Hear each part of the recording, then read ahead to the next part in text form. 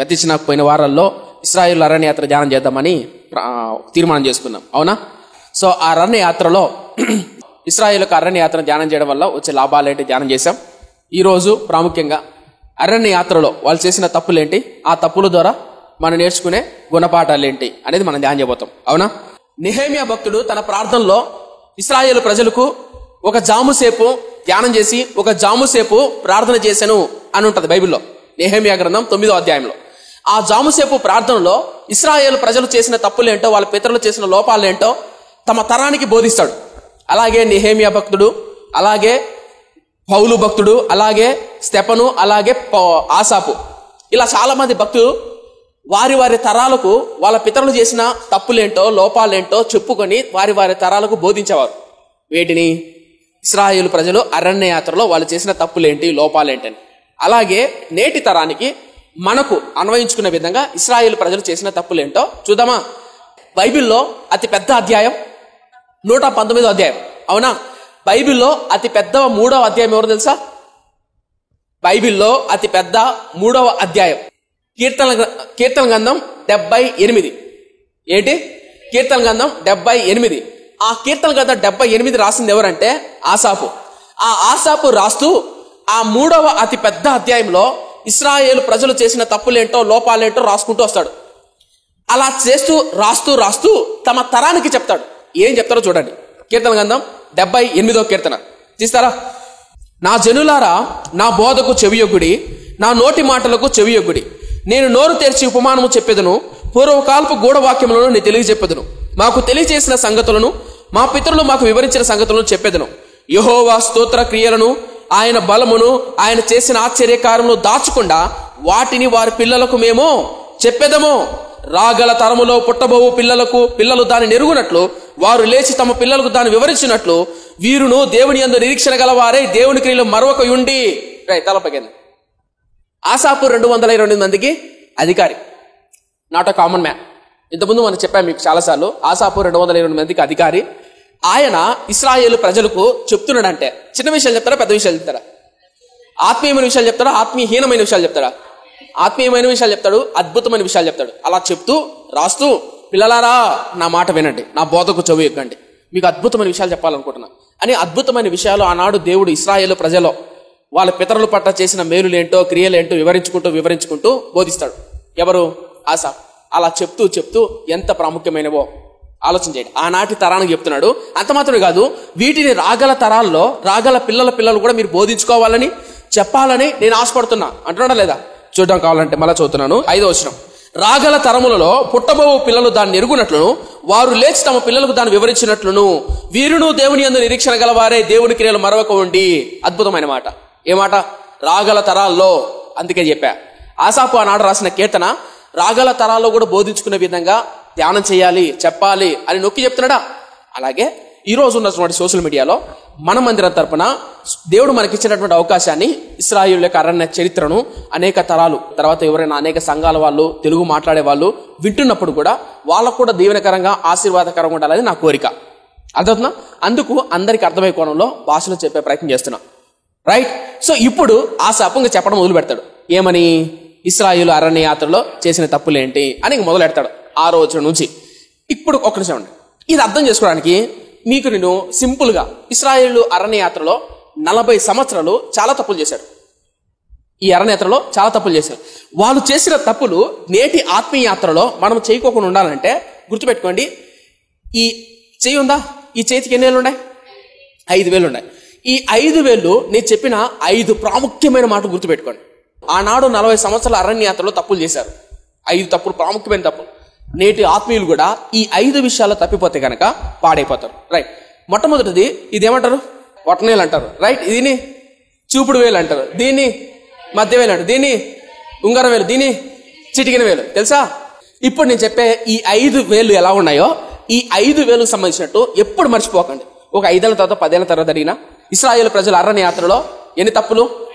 ప్రాముఖ్యంగా చాలా తప్పులు చేశారు. కానీ 5టిని మొత్తం తప్పులని క్రోడీకరించి ఈ 5 తప్పులుగా వర్ణించుకుందాం. ఈ 5 తప్పుల్లో మన ఆత్మీయ యాత్రలో కూడా ఈ 5 కోల్పోతే గనక పతనమైపోతుంది. మన ఆత్మీయ యాత్ర నెర్రుజిల్తుంది, పాడైపోతుంది. ఇశ్రాయేలు ప్రజల అరణ్యయాత్రలో కూడా ఈ 5 తప్పులు చేయడం ద్వారా పాడైపోయారు. ఇప్పుడు ప్రాముఖ్యంగా మొట్టమొదటిది బొటనవేలు. ఏ వేలు? బొటనవేలు. ఇశ్రాయేలు ప్రజలు చేసిన, లేదా ప్రాముఖ్యంగా అరణ్య యాత్రలో ఇశ్రాయేలు ప్రజలు చేసిన భయంకరమైన ప్రాముఖ్యమైన తప్పు ఏంటంటే, మొట్టమొదటిది బొటనవేలు. ఈ బొటనవేలు స్థిరత్వానికి గుర్తు. దేనికి? స్థిరత్వానికి.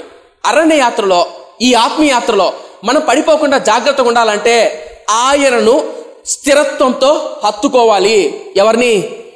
దేవుణ్ణి స్థిరమైన హృదయముతో, స్థిరమైన మనసుతో హత్తుకోవాలి. అర్థం చెప్తా. మీరు ఎప్పుడన్నా పెన్ను పెన్సిల్ ఇప్పుడు ఉంటాయి కనుక బొటనవేలు తీసేసి రాయండి. బొటనవేలు తీసేసి 4 వేలు ఉన్నాయా, ఈ 4 వేలు పెట్టి పెన్ను పెట్టి రాయండి. పోనీ సూది ఉందా? సూది కొడతారా? మీరు మింటాన్ని కొడతారా? మీరే కదా. ఈ 4 వేలు పెట్టి సూది కొట్టండి. కొడతారా? సరే, ఇంకో ట్రై చేయండి. ఇంటికి వెళ్ళి అన్నం తింటారు కదా, ఈ 4 వేలు ఇట్లా పెడతారా? పారా తింటారా? కొంతమంది స్టైల్గా ఇటు తింటారు. స్టైల్గా ఇట్లా కలిపి ఇట్లా ఈ ఏలు ఇట్టుంటది. అది ఎందుకో మరి ఈ ఏలు ఎందుకు ఉంటుందో తెలియదు నాకు. జనరల్గా మనమైతే మంచిగా రైట్. ఈ కొంతమంది స్టైల్ తింటారు. బట్ ఈ ఏలు ఇట్లా పెడతారు కదా, కొంతమంది పెడతారు కదండి ఇట్లా స్టైల్గా. చూడలేదు ఇప్పుడు మందేదా బ్యాచా? రైట్. ఇట్లా కొంతమంది పెడతారు కదా. ఇప్పుడు ఈ ఏలు ఇట్లా పెట్టే బదులు ఈ ఏలు ఇట్లా పెట్టి తినండి, అవుతుందా? ఈ ఏలు తీసేస్తే కనుక స్థిరంగా పట్టుకోగలమా?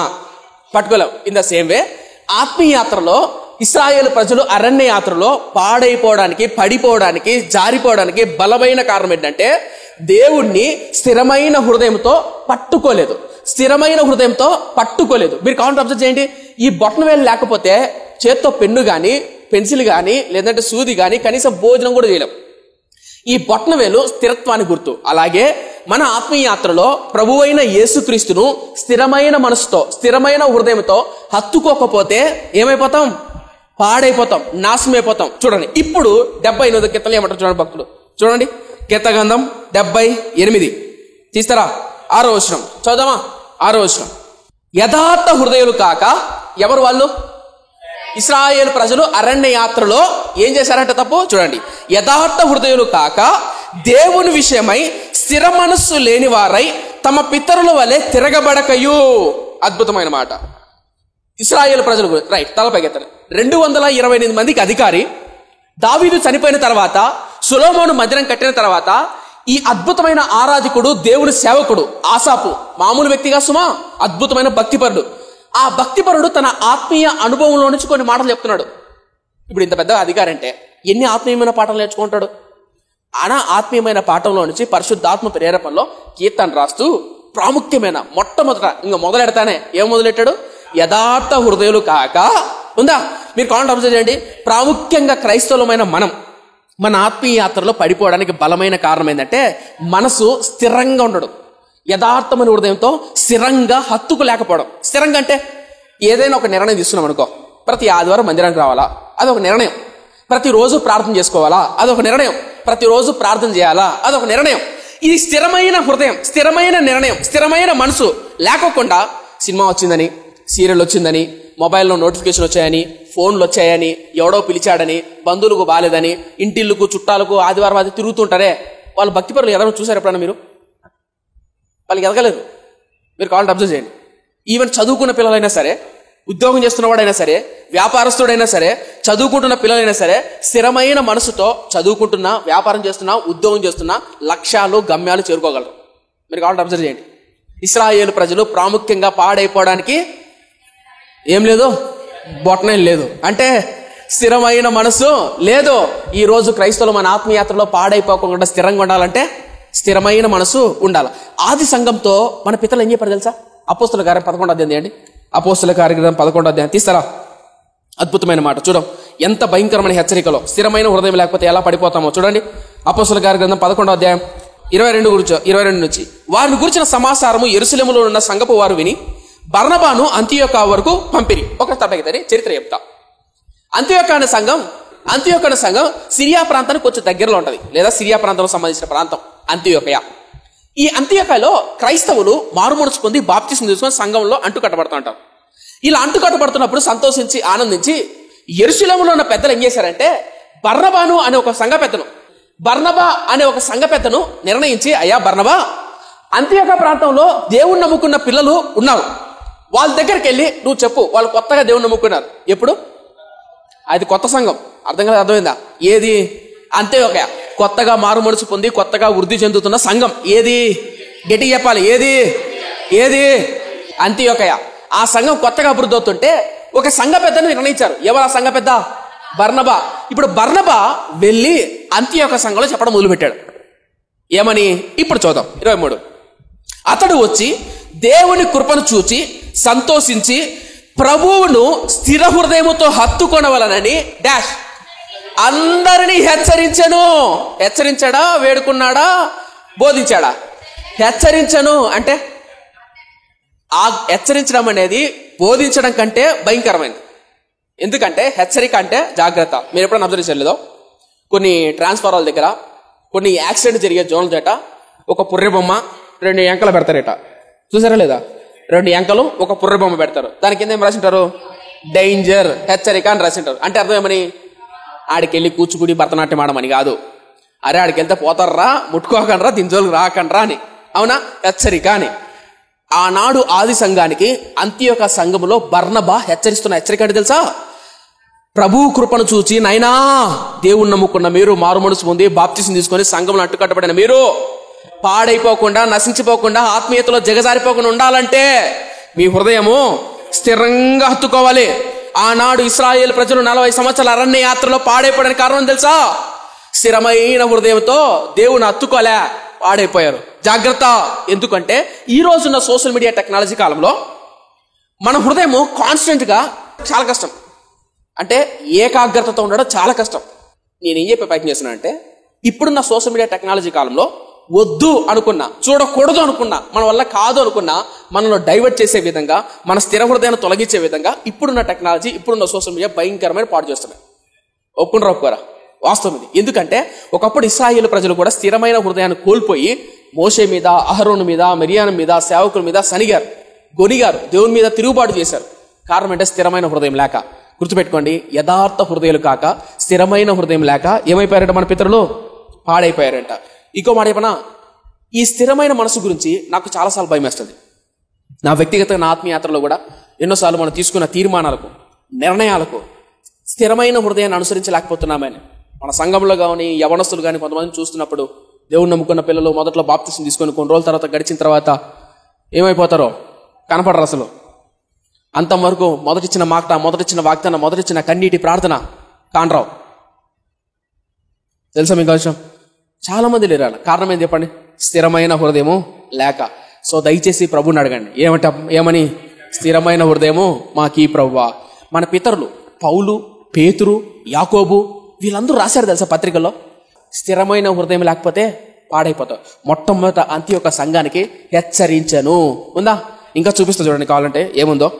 1 కొరింథీయులకు రాసిన పత్రిక 15వ అధ్యాయం 58వ వచనం. సంఘానికి పౌలు రాస్తున్నాడు. కాగా నా ప్రియ సహోదరులారా, మీ ప్రయాసము ప్రభువునందు వ్యర్థము కాదని ఎరిగి స్థిరులును, ఏంటది? స్థిరులును, కదలని వారును, ప్రభు కార్యాభివృద్ధి యందు ఎప్పటికీ ఆసక్తులై ఉండుడి. చూసారా? కొరింథీ సంఘాన్ని పౌలు చెప్తున్నాడు, అయ్యా సంగమా, ప్రియులారా జాగ్రత్త. స్థిరులును, కదలని వారును, ప్రభు కార్యాభివృద్ధి యందు ఆసక్తి కలిగి ఉండుడి. గుర్తుపెట్టుకోండి, ఆత్మీయాత్రలో పాడైపోవడానికి స్థిరమైన హృదయం లేకపోతే పాడైపోతాం. సో మొట్టమొదటి మా ఫ్రెండ్స్ ఏంటి? ఆయనను స్థిరమైన హృదయంతో హత్తుకోవాలి. హత్తుకోవడం మర్చిపోకండి. ఇంకా దాని చదివిచ్చేస్తాను, రెఫరెన్స్ చెప్తాను, చదువుకున్న పోదాం. గలతీయులకు రాసిన పత్రిక తీస్తారా? గలతీయులకు రాసిన పత్రిక 5వ అధ్యాయం. గలతీయులకు రాసిన పత్రిక 5వ అధ్యాయం 1వ వచనం. ఈ స్వాతంత్రము అనుగ్రహించి క్రీస్తు మనలో స్వాతంత్రులుగా చేసి ఉన్నాడు. కాబట్టి మీరు స్థిరముగా నిలిచి మరలా దాస్యమును కాడి కింద చిక్కుకొనకుడి. చూసారా? మనం ఎలా నిలవాలంట? స్థిరముగా నిలవాలంట. నిలుచుకోకుండా దాస్యం అనే కాడి కింది. అంటే ఒకప్పుడు పాపానికి మనం అన్యులమైన మనం, ఒకప్పుడు ఉన్నటువంటి పాపానికి, ఒకప్పుడు లోకాచారాలకు మరలా దాసులమై, మరలా లోకానికి, మరలా బానిసలు కాకోకుండా స్థిరంగా ఉండండి అని వేడుకుంటున్నాడు. ఎవరు? పౌలు. మీకేమైనా అర్థం చెప్పేది? స్థిరమైన హృదయం లేకపోతే ఏమవుతాం? పాడైపోతాం. సో మొట్టమొదటిది 5 మాటలు. 5 మాటలు మొట్టమొదటిది స్థిరమైన హృదయం లేకపోతే ఏమవుతామమ్మా? పాడైపోతాం. తర్వాత 1 తెస్సలోనికీయులకు రాసిన పత్రిక 3వ అధ్యాయం 1వ వచనం. కాబట్టి ఇక సహింపజాలక ఎథెన్సులో మేము ఒంటిగానైనను ఉండుట మంచిది కాదని ఎంచి ఈ శ్రమల వలన ఎవడును కదిలింపబడకుండానట్లు డాష్ మిమ్మును స్థిరపరచుటకును మీ విశ్వాస విషయమై మిమ్మల్ని హెచ్చరించుటకును మన సహోదరుడును క్రీస్తు సువార్త విషయంలో దేవుని పరిచారకుడైన తిమోతిని పంపితిమి. రైట్, తలపైకి. పౌలు ఎథెన్సులు, అయ్యా మేము ఒంటిగా ఉన్నాం, శ్రమల వలన మీరు అటు ఇటు కృంగిపోక జారిపోక మిమ్మల్ని స్థిరపరచడానికి ఒక సేవకుడు పంపాం. ఎవరా సేవకుడు? తిమోతి. ఎందుకు స్థిరపరచాలని? శ్రమల్లో ఉన్నారు. బయటపై మీకు మాట చెప్తాను. ఒక వ్యక్తి ఎప్పుడు స్థిరమైన హృదయాన్ని కోల్పోతాడు? సమస్యలు ఉన్నప్పుడా? అంటే ఆడగదనా చదివాము అదంటారా, ఈడ ఉంది కదా అంటారా? నాకు తెలుసు మీ తెలివితేటలు. మనిషి స్థిరమైన హృదయాన్ని ఎప్పుడు కోల్పోతాడు? మనిషి ఎప్పుడు స్థిరమైన హృదయాన్ని కోల్పోతాడు? అర్థం కలదా? అర్థమైందా? స్థిరమైన హృదయం అంటే దేవుణ్ణి సేవించాలా, నిలకడగా ఉండాలా, మందిరానికి వెళ్ళాలా, దేవుణ్ణి ప్రార్థన చేయాలా, వాక్యం చదవాలా, ఒక తీర్మానం చేసుకుంటాం. ఆ తీర్మానాలు ఎప్పుడు ఉంటుంది? ఎప్పుడు ఎక్కువ తీసుకుంటారంటే ఆదివారాల పూట, గుడ్ ఫ్రైడే పూట, 40 రోజుల ఉపవాస ప్రార్థనలో గట్టిగా ఉంటాయి, పెన్నులో ఇంకున్నట్టు. అర్థం కల అర్థమైందా? అది ఎంత గట్టిగా ఉంటుంది అంటే ఐస్ గడ్డ చూసారా, అంత గట్టిగా ఉంటాయి. ఎండలో పెడితే కరిగిపోతుంది చూసారా. అట్ట లోకంలోకి వెళ్ళి 7 రోడ్స్ నుంచి అట్ట కృష్ణాలు కానీ అట్టా తిరుక్కొని వచ్చేసారు కాదు, అయిపోయా. అర్థం కలదా? అర్థమైందా? స్థిరమైన హృదయము ఎప్పుడు కోల్పోతుంది? భయం వల్ల కోల్పోతాం, లోకంలో ఎక్కువ సంఘాలు కోల్పోతాం, ఇంకా కరేపాకు వేసినప్పుడు కోల్పోతాం, నూనె పొయ్యి మీద వేసినప్పుడు కోల్పోతాం, మా ఇంటి ఆయన వచ్చి ఏమే అంటే కోల్పోతాం, ఎవడన్నా వచ్చి ఏం రాకుండా ఎప్పుడు కోల్పోతాం స్థిరమైన హృదయాన్ని? ఉప్పులో కొంచెం పప్పు ఎక్కువైందంటే కోల్పోతాం. ఎప్పుడు కోల్పోతాం స్థిరమైన హృదయం? సరే, నేను ప్రాముఖ్యంగా 3 చోట్ల, ప్రాముఖ్యంగా 3 పరిస్థితుల్లో మన స్థిరమైన హృదయం కోల్పోతాం. మొట్టమొదటిది శ్రమల్లో స్థిరమైన హృదయాన్ని కోల్పోతాం. రెండవది బాగా ఆశీర్వదింపబడిన తర్వాత, బాగా దీవింపబడిన తర్వాత హృదయం మదెక్కిపోయినప్పుడు స్థిర హృదయాన్ని కోల్పోతాం. మూడవది శోధనలో, ఆందోళనలో, భయాల్లో కోల్పోతాం. ఈ 3టికి బైబిల్లో చాలా చోట్ల రాయబడింది. ప్రలోభాలు వచ్చినప్పుడు, శ్రమలు వచ్చినప్పుడు, కష్టాలు వచ్చినప్పుడు, బాధలు వచ్చినప్పుడు తొలగిపోయేవాళ్ళు కొంతమంటారు. ఉదాహరణకు దానియేలు, షద్రక్, మేషక్ నిందలు వచ్చాయి, అవమానాలు వచ్చాయి, ప్రలోభాలు వచ్చాయి, శోధనలు వచ్చాయి, తొలగిపోయారు వాళ్ళు. వాళ్ళకు తీర్మానం చేసుకున్నాడు దానియేలు, రోజుకు 3 సార్లు ప్రార్థన అని. రాజు కాకుండా మరి ఎవరికైనా, ఏ దేవుడికైనా ప్రార్థన చేసినాడలా సింహాల బోన్లో వేస్తామని శాసనం పుట్టింది. కానీ దానియేలు తీర్మానం చేసుకున్నాడు.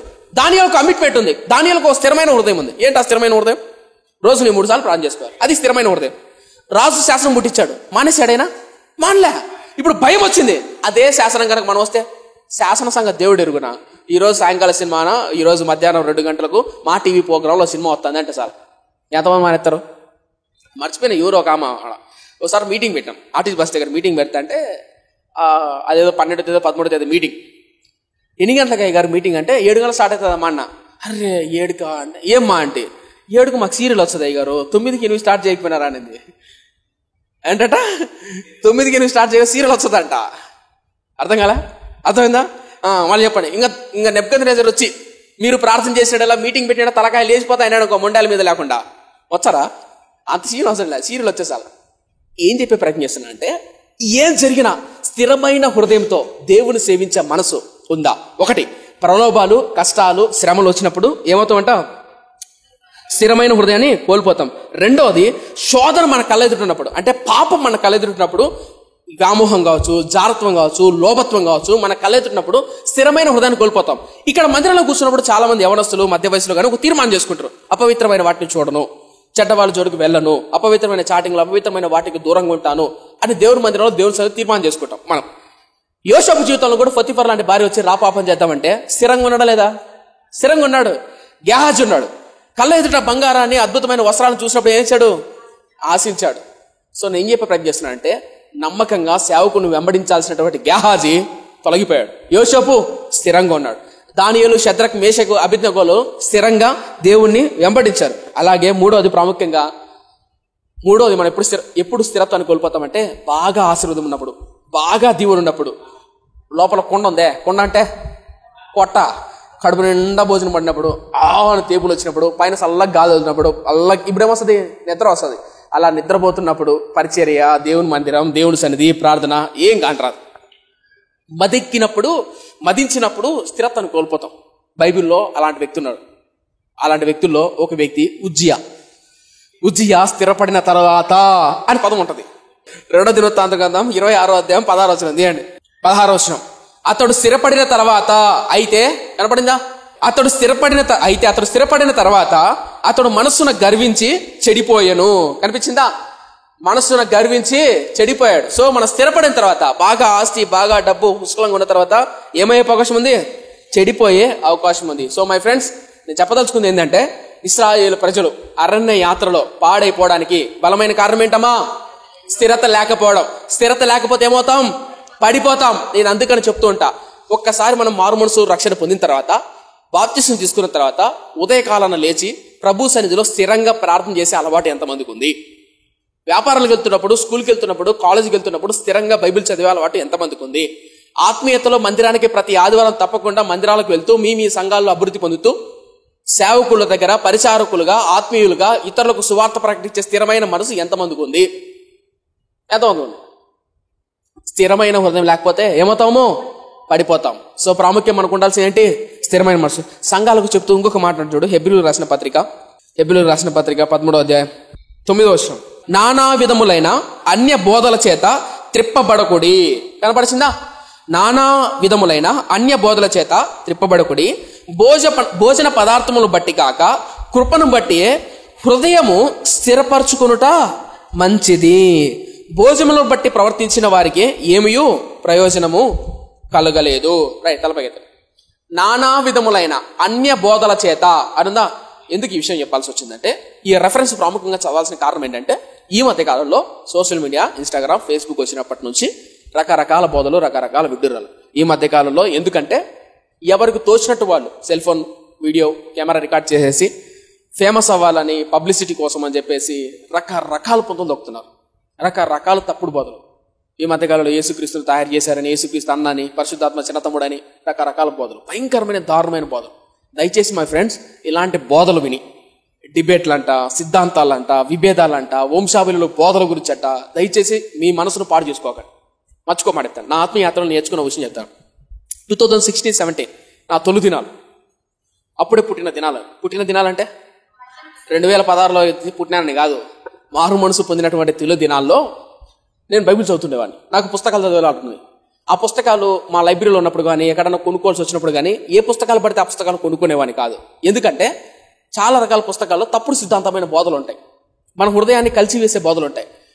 నాకు ఎక్కువ ఇష్టమైనటువంటి బోధలు ఏంటంటే, నా హృదయాన్ని మండించి, నా హృదయాన్ని విరిగినలిగే విధంగా చేసి ప్రభువుకు దగ్గర చేసే బోధలు అంటే నాకు ఇష్టం.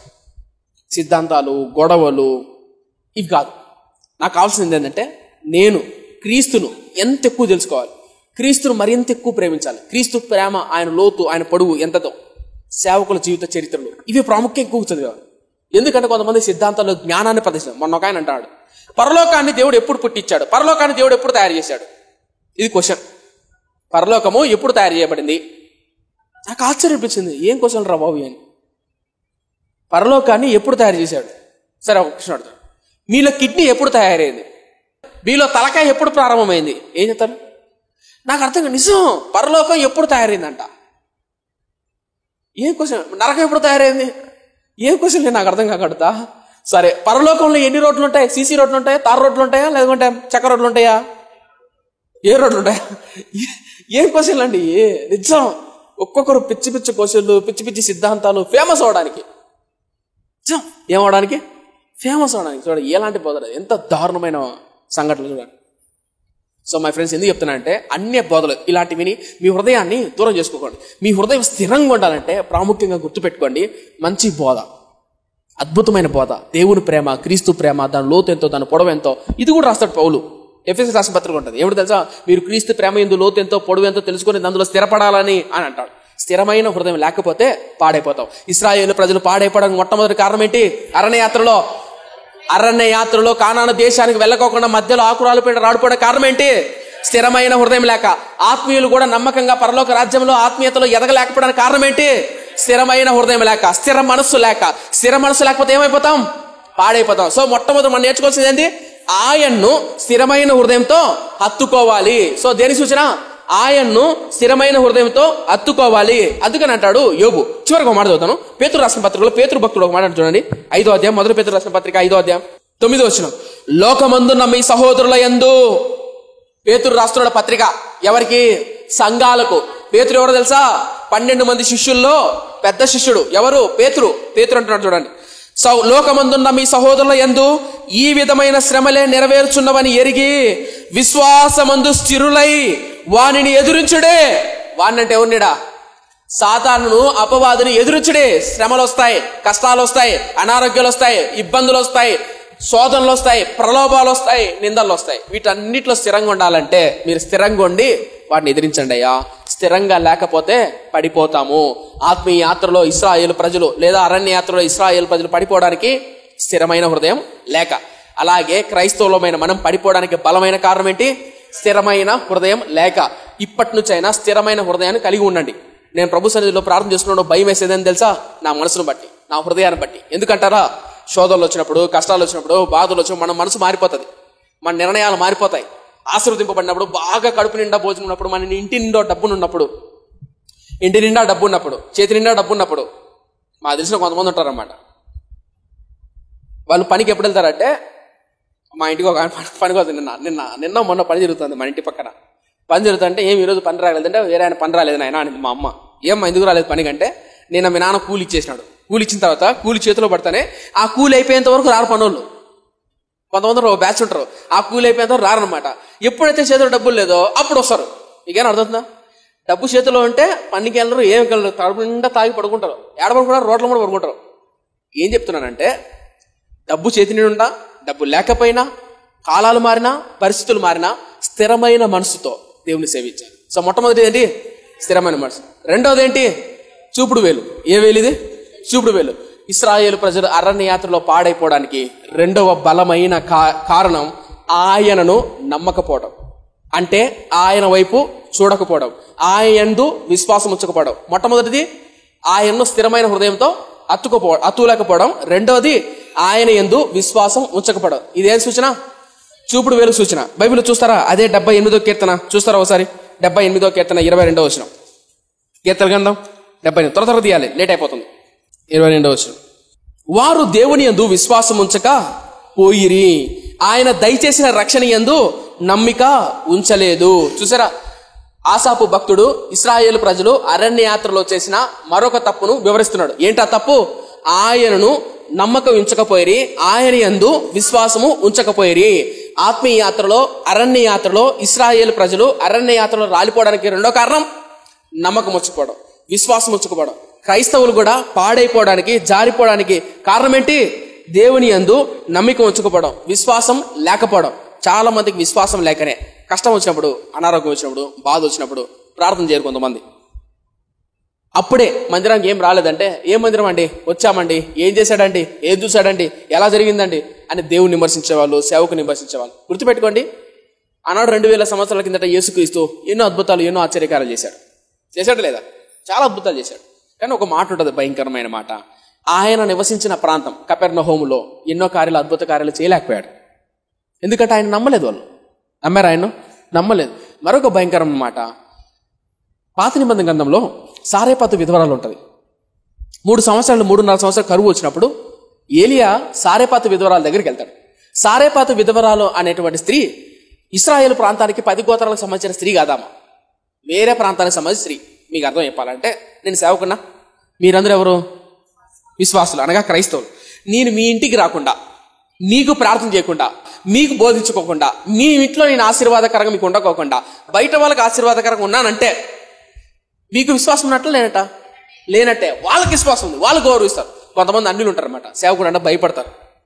అమ్మో సేవకుడు అంటే వాళ్ళకి తెలియదు. సేవకుడు అంటే ఎవరు, దైవ సేవకుడు అంటే ఏంటి, పాస్టర్ అంటే ఏం తెలియదు వాళ్ళకు. ఆదికాండం అంటే ఏంటి, ప్రకటన తెలియదు. కానీ పాస్టర్ అంటానే ఒక తెలియని కొంతమందికి ఒక భయం ఉంటుంది, ఒక తెలియని ఒక గౌరవం ఉంటుంది, ఒక మర్యాద ఉంటుంది. కానీ కొంతమంది ఉన్న క్రైస్తవులు మనోళ్ళే పాస్టర్ చూసినాం పోయిన అత్త అంటాడు సంజయ్, ఇట ఎట్టకారంగా చీప్గా మాట్లాడతారు. మీకు అర్థం చెప్పేది, ఏలియాను కూడా అదే పరిస్థితి. నేనేం చెప్పే ప్రయత్నం చేస్తున్నా అంటే, సారేపాతు విధవరాలు కుటుంబంలో జరిగిన అద్భుత ఆశ్చర్య కార్యాలు 10 గోత్రాల ప్రజల విషయం కుటుంబాల్లో జరగలేదు. కారణం ఏంటంటే నమ్మలేకపోవడం, విశ్వాసం లేకపోవడం. అదే విషయాన్ని యేసుక్రీస్తు అంటాడు. నేనేం చెప్తున్నానంటే, అరణ్య యాత్రలో ఇశ్రాయేలు ప్రజలు పాడైపోవడానికి రెండో బలమైన కారణం నమ్మకం, విశ్వాసం లేకపోవడం, ఆయన యందు విశ్వాసం ఉంచడం. మొట్టమొదటిది స్థిరమైన హృదయం. రెండోది నమ్మకపోవడం, ఆయన యందు విశ్వాసం ఉంచడం. ఒకవేళ మన ఆత్మీయ యాత్రలో ఒకప్పుడు నా నమ్మకం, ఒకప్పుడు నా ధైర్యం, ఇప్పుడు కనుక లేకపోతే పాడైపోతాం. కొత్తలో దేవుడు నమ్ముకున్నప్పుడు ఆర్థిక ఇబ్బందులు ఉన్నాయనుకో, మారు మనసు పొంది కొత్తలో బాప్తిజం తీసుకున్నప్పుడు ఏదో తెలియని ఒక ధైర్యం ఉంటుంది. మన ఇంట్లో ఏం జరుగుతున్నా, ఎన్ని సమస్యలు ఉన్నా, ఎన్ని ఆర్థిక ఇబ్బందులు ఉన్నా లోపల తెలియని ఒక నెమ్మది ఉంటుంది. ఇప్పుడు మొదట్లో కొత్తలో, ఎందుకంటే అప్పుడు విశ్వాసం, నా దేవుడు చూసుకుంటారులే, దేవుడు ఉన్నాడు, ధైర్యంగా ఉన్నాడు, కష్టపడతాం అని కష్టపడి దేవుడి మీద ఆధారపడే తత్వం. ఇప్పుడు అదే కీర్తనకారుడు అంటాడు 78లో, అయ్యా వారు పాడైపోవడానికి, వారు దేవునికి బహుగా కోపం పుట్టించడానికి కారణం తెలుసా? 78. ఇప్పుడు చూడండి ఏమంటారు, 21 చదవండి, 20 చూడండి, 20. ఆయన బండను కొట్టగా నీరు ఊపికెను, నీళ్లు కాలువలై పారెను, ఆయన ఆహారం ఇవ్వగలడా, ఆయన తన ప్రజలకు మాంసం సిద్ధపరచగలడా అని వారు చెప్పుకొనిరి. యెహోవా ఈ మాట విని కోపగించెను. రైట్, దేవునికి ఎప్పుడు కోపం వస్తుంది తెలుసా? యెహోవా ఈ మాట విని కోపగించెను అనదా. ఎప్పుడు కోపం వచ్చింది? ఆయన మనం సిద్ధపరచగలడా, ఆయన మనకు భోజనం పెట్టగలడా అని వచ్చాడా, అక్కడ కోపం వచ్చింది. అర్థం కాలేదు? అర్థమైందా? పెళ్లి చేసుకొని కాపురం చేసి అద్భుతమైన ఇల్లు కట్టి సంసారం చేసి ఇంత జీవితాన్ని 2-3 పిల్లలు కట్టిన తర్వాత, 2-3 పిల్లలను పోషించి చదివించిన తర్వాత, ఉన్నతమైన స్థితికి వచ్చిన తర్వాత భర్త దగ్గరికి వెళ్ళి 10 రూపాయల జాకెట్ కొట్టు కొనగలవా నీ ముఖానికి అన్నావు అనుకో, దోడలు మొగలు కొడతాడు. అర్థం కాలే? అర్థమైందా? కాపురం చేసి పెళ్లి చేసి ఇల్లు కట్టి 2-3 పిల్లలు కనిన తర్వాత నువ్వు నాకు 10 రూపాయల జాకెట్ కొట్ట కొనలేడా? ఏంటి మాట్లాడు, కొనలేడా? ఇప్పుడు నాకు విషయం చెప్తాండి. ప్రపంచంలోనే అతి పెద్ద దేశం లేదా భయంకరమైన శక్తివంతమైన దేశం ఏంటి? ఆ దేశం ఐగుప్తు దేశం. ఐగుప్తు దేశపు యొక్క రాజును వణికించి 10 తెగుళ్ళు పుట్టించి ఎర్ర సముద్రాన్ని ఇలా పాయలు చేసి ఆరిన నేలపై నడుచుకుంటూ వెళ్ళారంట. పగలు మేఘస్తంభమై రాత్రి అగ్నిస్తంభమై అద్భుతంగా పోషించిన దేవుడు ఇప్పుడు మళ్ళీ క్వశ్చన్ ఏంటి? ఆయన మనల్ని పోషించగడ. ఇది నాకు ఎంత విచిత్రంగా అనిపించిందంటే, ఒక పేద అమ్మాయిని ఒక వ్యక్తి ప్రేమించి పెళ్లి చేసుకొని ఆమె కొరకు డూప్లెక్స్ ఇల్లు కట్టించి, ఎవరు? భర్త కట్టించి 2-3 పిల్లలు కానీ ఆ పిల్లలకు బాగా మంచి చదువు, మంచి ఇంటర్నేషనల్ స్కూల్లో చదివించి ఇంత చేసిన తర్వాత 10 ఏళ్ళు కాపురం చేసిన తర్వాత 10 రూపాయల జాకెట్ కొట్టుకొని చావు అని అనుకో, నువ్వు కొనిలేవన్నాను, ఎట్టుంటది? అర్థం కలదా? అర్థమైంది మీకు? అర్థం కదా? ఏం చెప్పే ప్రయత్నం చేశాడంటే, ఇంత చేసిన దేవుడు, ఇంత నడిపించిన దేవుడు నమ్మలేకపోయారండి. గుర్తుపెట్టుకోండి, కొన్నిసార్లు అనిపిస్తుంది. రీసెంట్గా మన మందిరంలో కొన్ని వస్తువులు కావాల్సి వచ్చినప్పుడు ప్రార్థన చేసినప్పుడు నీకు చెప్పాను చాలాసార్లు, 2-3 వారాలుగా 2-3 నెలలుగా ఒక 20,000 ఉంటే చాలు ప్రభు, ఒక 20,000 30,000 ఉంటే చాలు, మైక్ కొనుక్కోవాలని చెప్పాను. గుర్తుందా? మైక్ కావాలని చెప్పా అని నేను అనుకున్నా. నమ్ముతారా అండి? నా చేతిలోకి వచ్చి అమ్మగారు వచ్చి కానుక పెడతాను, ఆయన పలానోళ్ళు వచ్చారు, ఇది అని పెడతానే అది చూస్తాను నా కళ్ళలో నీళ్ళు తిరిగాయి. నా గదిలోకి వచ్చి ప్రార్థన చేసుకుని ప్రభు దీవించాను. నేను కేవలం 20,000 అడిగా, ఇంచుమించు 80,000 దాకా మన మందిరంలో కావాల్సిన వస్తువులు కొనుక్కోవడానికి.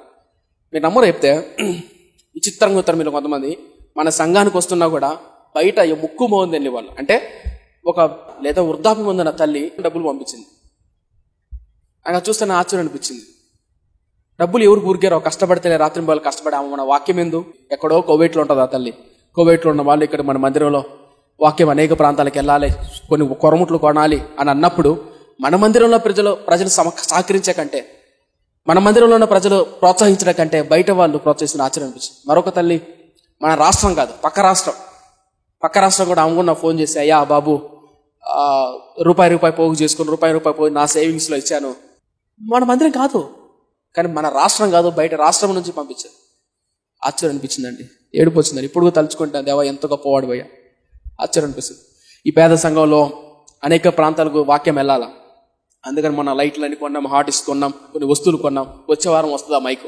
ఇప్పుడు కరెంటు పోయిందనుకో సడన్గా ఆపేయాల్సి వస్తుంది వాక్యం, కానీ ఆ మైక్ ఉండిందనుకో చక్కగా రికార్డ్ అవుతుంది అంటది. ఇంకా కరెంటు పోయినా ప్రాబ్లం లేదు, మీతో మాట్లాడుతున్న ఆ మైక్ రికార్డ్ అవుతాడు. అది ఇంత ఉంటుంది, 36,000, అది 36,000. నేను అనుకున్నాను ఒక 20,000 అట్లా పే చేసి ఈఎంఐలో మిగిలిన డబ్బులను ఈఎంఐలు ఎట్లా చేద్దామని. కానీ ఆశ్చర్యరీతిగా, కానీ ఒకటి మాత్రం బాధ, సంఘంలో మీకు శ్రేష్టమైన వాక్యాన్ని రాత్రి పగలు మేలుకొని కడుపు మార్చుకుని వాక్యం చెప్తున్నప్పుడు కానీ బయట వాళ్ళు సాకిస్తున్న రుచిగా ఆశ్చర్యం అనిపిస్తుంది. అందుకే నా ప్రార్థన తెలుసా, ఈ వాక్యం కేవలం ఈ 4 గోడల మధ్య ఉండడానికి వీల్లేదు. ఈ 4 గోడలు దాటి అనేక ప్రాంతాలు ఈ వాక్యం వెళ్ళాలి, ఆదరింపబడాలి. సో మై ఫ్రెండ్స్, విశ్వాసంతో నమ్మకంతో దేవుని చూసినప్పుడు నేను అనుకున్న దానికంటే దేవుడు గొప్పగా చేస్తున్నాడు. మన జీవితాల్లో ఒకప్పుడు దేవుడు మనం అనుకుంటాం, ఇది అవుతుందా, ఇది కాతుందా, మన జిల్లా జరుగుతుందని. కానీ ఆయన వైపు చూడక మళ్ళీ చెప్తున్నా, ఆయన మనకు భోజనం పెట్టగలడా అన్నారా లేదు వాళ్ళు? ఆయన మనకు భోజనం పెట్టగలడా? అది విన్నప్పుడు కోపం వచ్చిందంట. ఎవరికి? దేవుడికి. మనం చేయగలమా? మన వల్ల అవుతుందా? ఇది చేస్తామా అని అంటే దేవుడికి కూడా కోపం వస్తుంది. మనం అనుకున్న దానికంటే, ఊహించిన దానికంటే గొప్పగా దేవుడు ఘనమైన కార్యాలు చేస్తాడు. నమ్ముతున్నారా లేదా? నమ్ముతున్నట్టే చప్పట్లు కొడతారా? రైట్.